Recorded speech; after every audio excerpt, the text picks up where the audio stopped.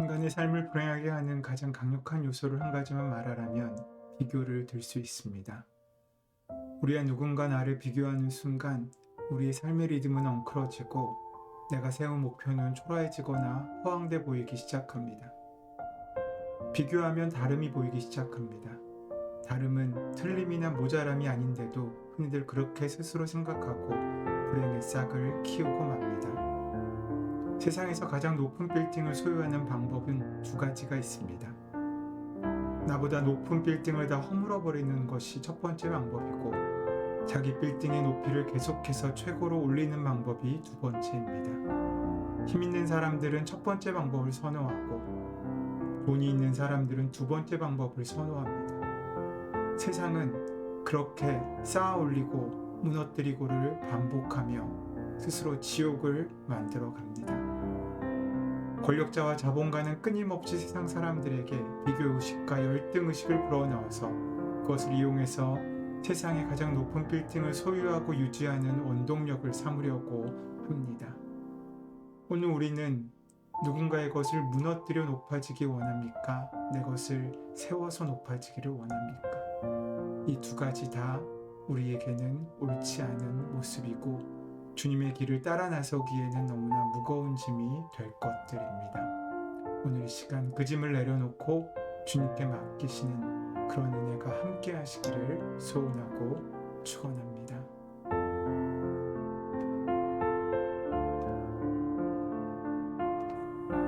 사무엘상 18장 5절에서 9절 말씀. 다윗은 사울이 보내는 곳마다 가서 지혜롭게 행하매 사울이 그를 군대의 장으로 삼았더니 온 백성이 합당히 여겼고 사울의 신하들도 합당히 여겼더라.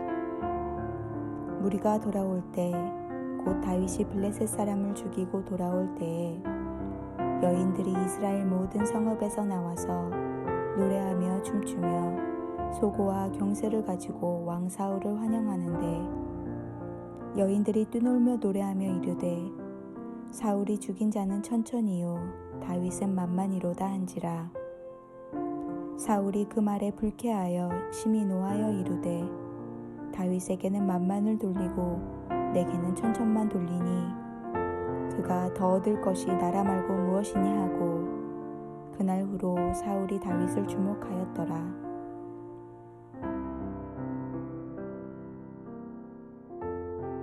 사람이 비참해지는 이유는 다른 사람과 자신을 비교하기 때문이고, 사람이 교만해지는 이유도 다른 사람과 자신을 비교하기 때문입니다.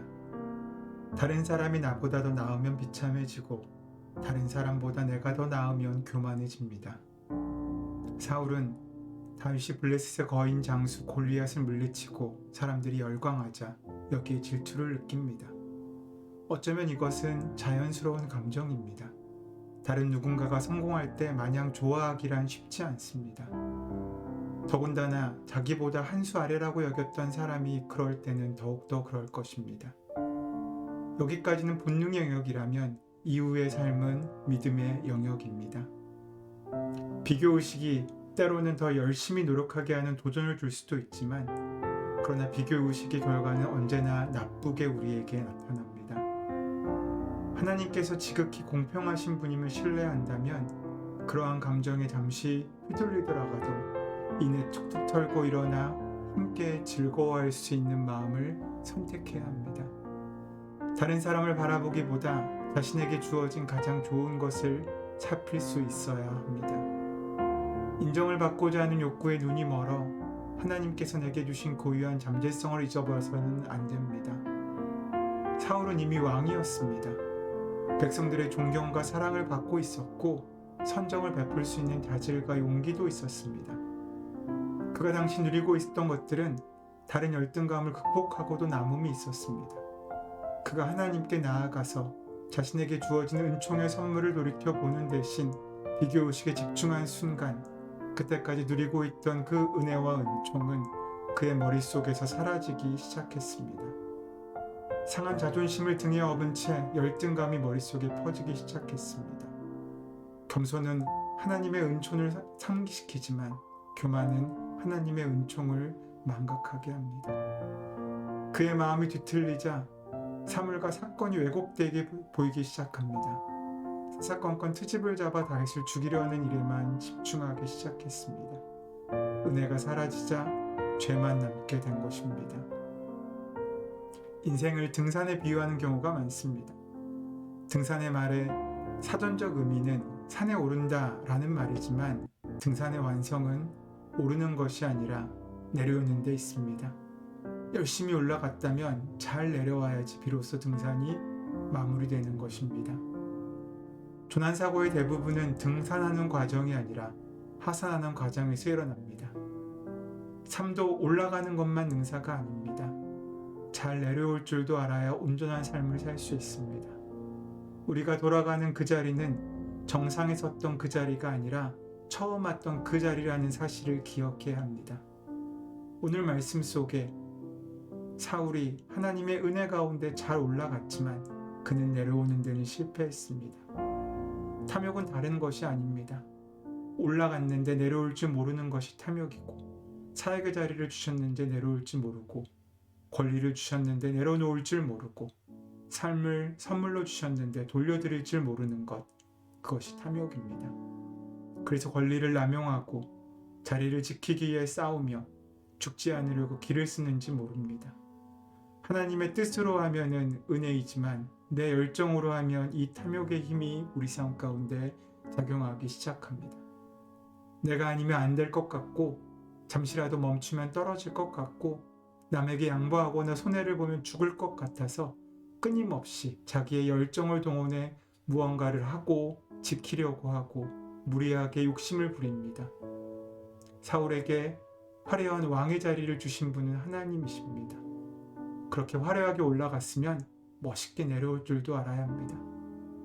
내 것이 아니기 때문입니다. 늘 하나님이 하셨다고 하고 늘 하나님의 것이라고 외치면서도 우리는 정작 내려올 줄을 모릅니다. 안 내려오려고 버둥거리며 추락합니다. 믿음의 성숙이란 화려하게 올라갈 줄도 알고 멋지게 내려올 줄도 아는 것입니다. 사울은 언제나 하나님께 나아갈 기회가 있었습니다. 그가 만약 주님, 다윗이 저보다 칭찬을 받으니 마음이 씁쓸합니다. 그러나 주님, 당신께서 제게 주신 이 장수와 함께 기뻐하고 즐거워하며 그를 잘 세워서 당신의 나라를 잘 다스리겠습니다. 라고 하나님께 맡기고 기도했다면 자신의 약함을 통해 일하신 하나님을 경험했을 것입니다. 도리어 크게 기뻐함으로 나의 여러 약한 것들에 대하여 자랑하리니 이는 그리스도의 능력이 내게 머물게 하려 함이라. 그러므로 내가 그리스도를 위하여 약한 것들과 능욕과 궁핍과 박해와 공고를 기뻐하노니 이는 내가 약한 그때에 강함이라. 고린도후서 12장 9절에서 10절까지의 바울의 고백입니다. 내가 약할 때 하나님의 은혜가 더 강한 법입니다. 공평하신 하나님께서는 우리가 하나님을 찾으면 언제나 우리를 향해 달려오십니다. 주님이 오시는데 주님을 맞으러 나가지 못하게 하는 무거운 짐이 우리의 어깨를 짓누르고 있지 않습니까? 비교하고 교만하고 열등감에 치를 떠는 그 상한 감정들을 이 시간 내려놓고 가벼워진 마음으로 주님의 은혜를 만나는 하루 되시기를 소원하고 축원합니다. 은혜의 주님, 나를 유일하게 창조하셨음에도 비교함으로 오만과 열등감과 질투의 감옥 속에 살고 있는 우리를 그 감옥에서 건져주시는 주의 은혜와 주의 자유를 경험할 수 있도록 역사하시고 함께하여 주시옵소서. 날마다 주의 은혜 가운데 살게 하여 주시옵고 하나님의 귀한 동행하심 가운데 이기고 승리하는 복된 삶을 시작하는 오늘 하루도 될 수 있도록 주님 인도하여 주시옵소서. 주의 은혜가 함께 하실 줄 믿사오며 감사하며 예수님의 이름으로 기도드립니다. 아멘. 이제 함께 침묵 가운데 오늘 주신 말씀을 기억하고 묵상하며 기도함으로 하루를 시작하시기를 바랍니다.